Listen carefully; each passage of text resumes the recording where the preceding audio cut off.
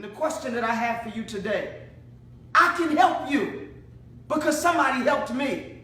I can show you the light because somebody showed it to me. I'm no longer a drug dealer. I'm no longer a drug addict. I'm no longer a zombie. I'm no longer the living dead. I'm alive. I'm victorious. I got power. I'm delivered. I'm fully restored.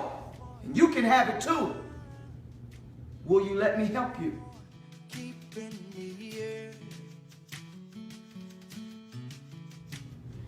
Praise the Lord. This is Pastor Steve Salsa, founder of Restoration Church of Jesus Christ. And I'm coming to you today for no other reason. I want to share my testimony with you. I want you to understand where I come from, so you don't think I was born behind the pulpit and I was raised with a Bible in my hand. I was a wretch undone. I remember the first time that I actually experienced God for myself. I was a junior in high school. I was, I thought I could sing a little bit, so I was in the choir at Colonel White. We went to a show in Chicago, and I had plans to be just as trifling as I could possibly be. But we had a show at a church, and the person who was supposed to sing before us, they didn't show up. And I believe that it was God's will, because the preacher stood up and he began to minister to us. And I don't even remember an altar call. I just remember feeling pulled to the altar. And now mind you, I'm an individual who wasn't raised in church. I did not have a church or religious background like some people do. I went to church periodically, but it wasn't something that really motivated my life. So I got up and I went to the altar, not even realizing why. And for some reason, the Lord saved me that night, to the extent that before that I had never even heard of speaking in tongues. I had never heard of anybody doing it, talking about it. It was completely oblivious to me. I began to speak in tongues without anybody laying hands on me, without anybody talking to me, teaching me, to the extent somebody had to tell me what happened to me. And that was the beginning of my journey.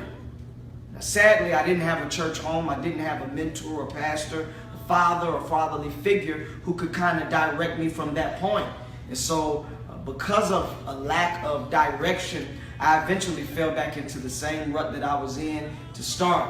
And by my senior year, I was back to being the old me, and even worse. And I caught a case my senior year, and I ran from the case, and I went and I joined the Marine Corps.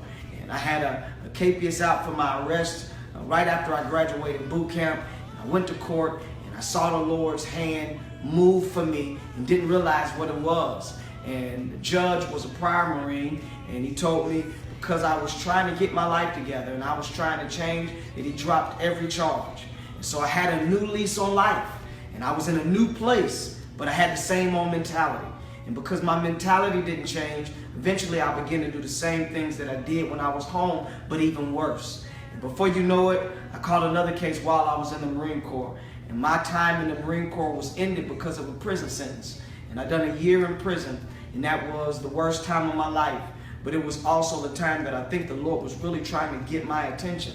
I didn't come back to Christ while in prison. I got worse mentally, emotionally, physically. I just lost who I was. By the time I came home, I was literally a functioning alcoholic. I was smoking about a pound of weed every single month. I was not only that, I was addicted to Black and Milds. I was addicted to Newports. I was addicted to various different pills. I was literally a walking pharmaceutical company. I had no more control over my thoughts, over my emotions, over my aggression. It literally consumed me. They controlled. I was reduced to living in the crack house, in and out of my car, out of the trunk of my car. Everybody, when I went around, thought that I was all right, thought that I was on top of the world, but I was dying on the inside. I was a body, just a case filled with nothingness. The alcohol didn't help me. The weed didn't help me. The pills didn't help me. Nothing would help me. I just slowly but surely died every day. Until one man came to the crack house and found out that I was home. Somebody told him that they had saw me, and he sought me out. He came into that crack house and he told me, man, you got to go to church with me. You know the way of the Lord. You met him and you know it was for real. And I said, look at me, man. I can't go to church like this. Smell me. Look at me. I'm a drugstore. The Lord has left me. I'm all the way. This is who I am now. He said, what you got to remember is that God is not dealing with you according to where you are, but God is concerned only about where you're going. And I still refused to go to church with that man. But because his love for me, his dedication to the gospel and to my soul, he stayed right there in that crack house. And he said, I'm not leaving until you leave with me. And because of my respect for him, because he was a former drug dealer also. He was a former drug addict also. And when I went away to the Marine Corps and to prison, he was in a place changing his life. And he was now a minister. And I saw the change that happened in his life. And I wanted it. I just didn't believe I could get it. And because of my respect for him and not wanting to see him in a drug house, I went. Half my hair was braided, the other half was out. I had a hoodie on halfway. My pants were sagging. I had on Timberlands in the summertime. I was literally walking dead. But that dead man walked into that church, and the Spirit of the Lord fell on me. And before you know it, I was back at the altar, giving my life to Christ. Slowly but surely, I realized I can survive. I can do this. But I couldn't do it without the help of Christ and without the help of those people who were assigned to my life to help me. Because what many of us don't understand is that you have people assigned to you. And some of them are there for no other reason than to poison you with negativity, poison you with bad attitudes, poison you with bad activity in order to cause you to do something that will give the devil an opportunity to kill and destroy you completely.